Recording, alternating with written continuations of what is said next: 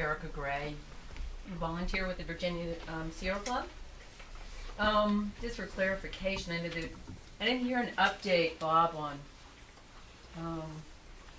how's that facility, that Center for Advanced Engineering Research? We can certainly address that at some point in time before Rich is here as well, so. Do you want to Oh, address I'm it just now? wondering where we are, because it said you'd give some updates. That's from the last meeting. Yes, we closed on that asset sale in May. So Liberty University now owns the facility, the CAR. I maintain an office in that facility, so the organization is the CAR. We're still doing everything that we did before. Just the building belongs to them. Liberty has begun the process of establishing an engineering campus, school campus around that building with a focus on energy, and I'll let Rich address some of that. So yeah, the building was sold. Rich has actually taken the position as director for their Center for Energy Research and Education, and Rich, I'll let you. Sure. So Liberty University has acquired the building, and it is located at the formerly the CAR building, known as the Center for Energy Research and Education. We have approximately 850 engineering students, and we're moving the School of Engineering to this site. We actually have construction starting now. It will be open in the fall of 2019. Some of our objectives include shaping our curriculum to meet the workforce needs. So we purposely are going out to various industries, looking at how we can solve and identify problems they may have, and using our faculty and students to help to serve their applied research needs. Okay. Oh, and let me add too, some of the research assets that were there are still there and are still being promoted. The integrated system test loop that was part of the BWXT project is still there. Industrial cyber with some emphasis on power plants, instrumentation controls. So all of those assets are still there and still available, and we're working hard with Liberty to continue to make those available. So Yeah, let's make that a strong point, is that it's open for business. I mean, we want industries, all the universities to be able to collaborate with us on that.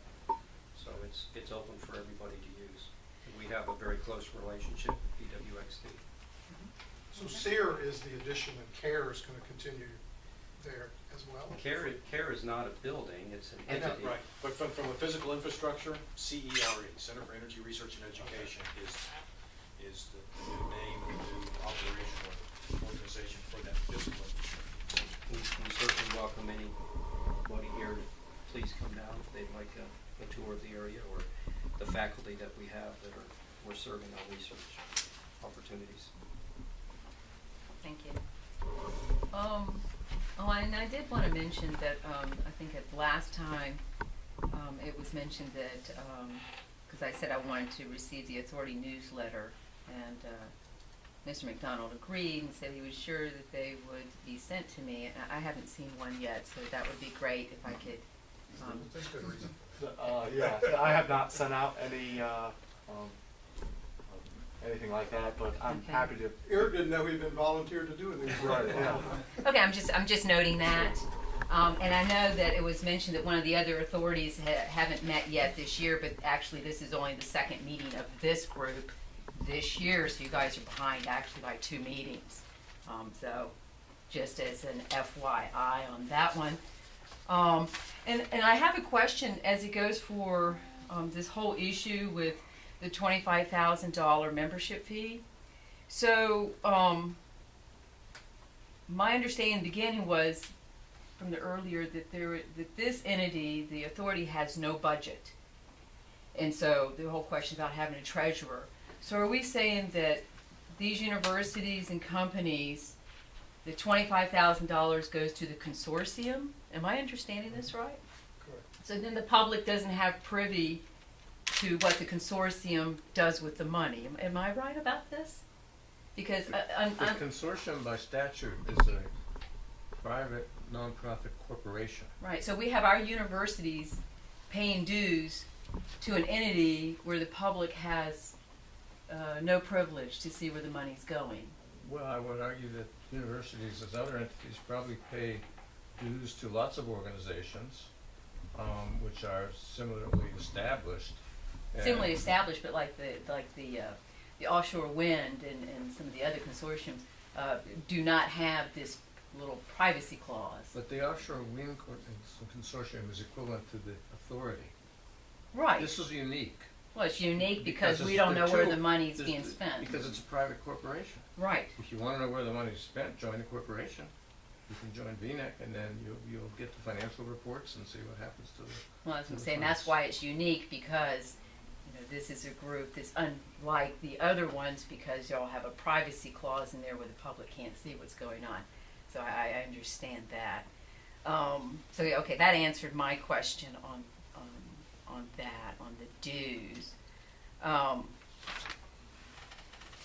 And like usual, you guys are late on the General Assembly report, like was mentioned earlier.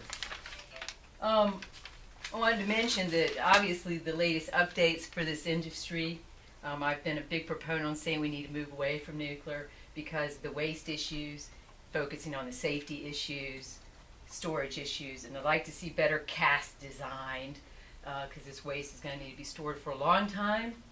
And preferably, Yucca does not open to store high-level nuclear waste because we're much better off having it somewhere, preferably not moved across the United States to some temporary parking lot style dump that would have to be moved again. So I really think the states are going to end up having to store their own waste for a long time.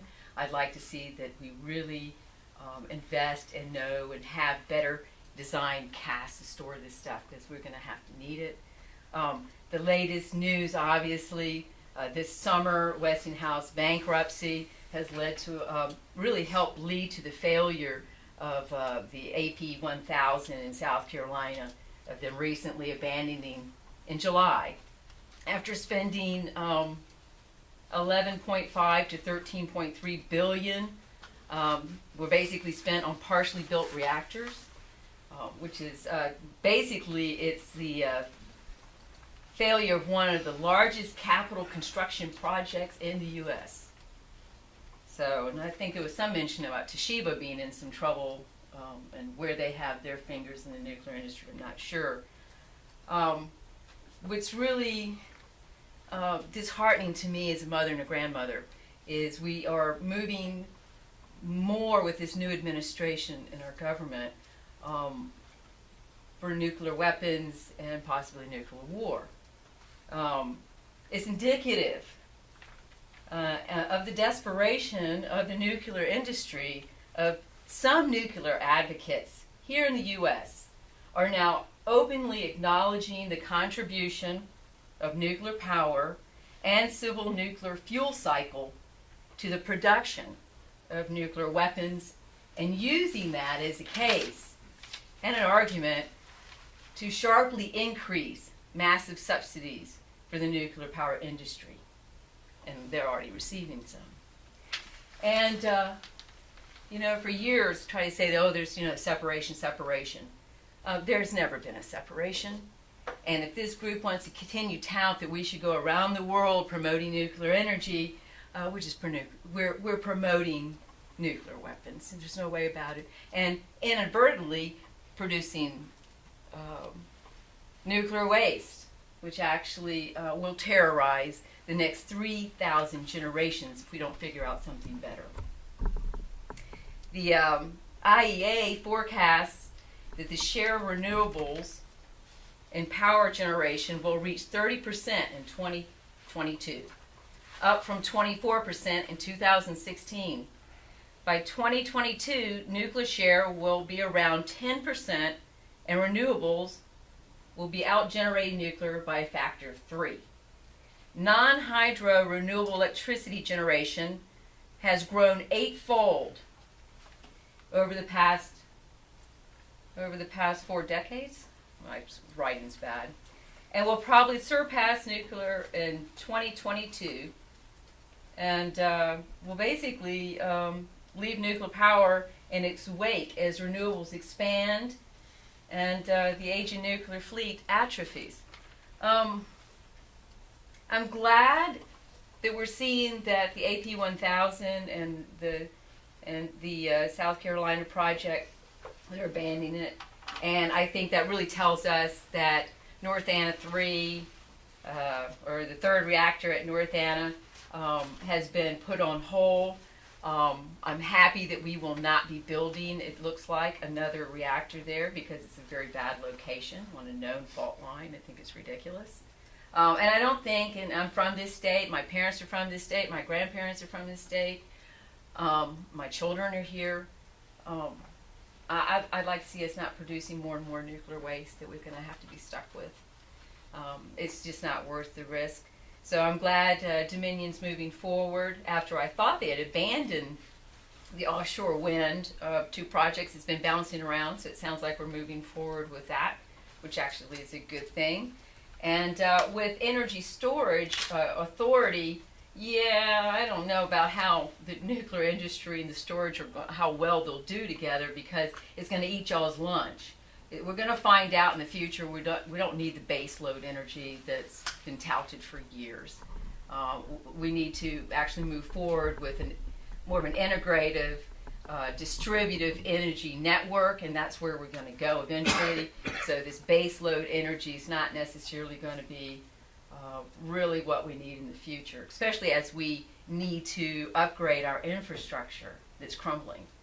So yeah, hopefully Dominion moves forward with the solar and the wind, which is a good thing. And I'm very ecstatic and happy to see as we move along with battery storage, because that's what we really need to secure our power source. Thank you very much.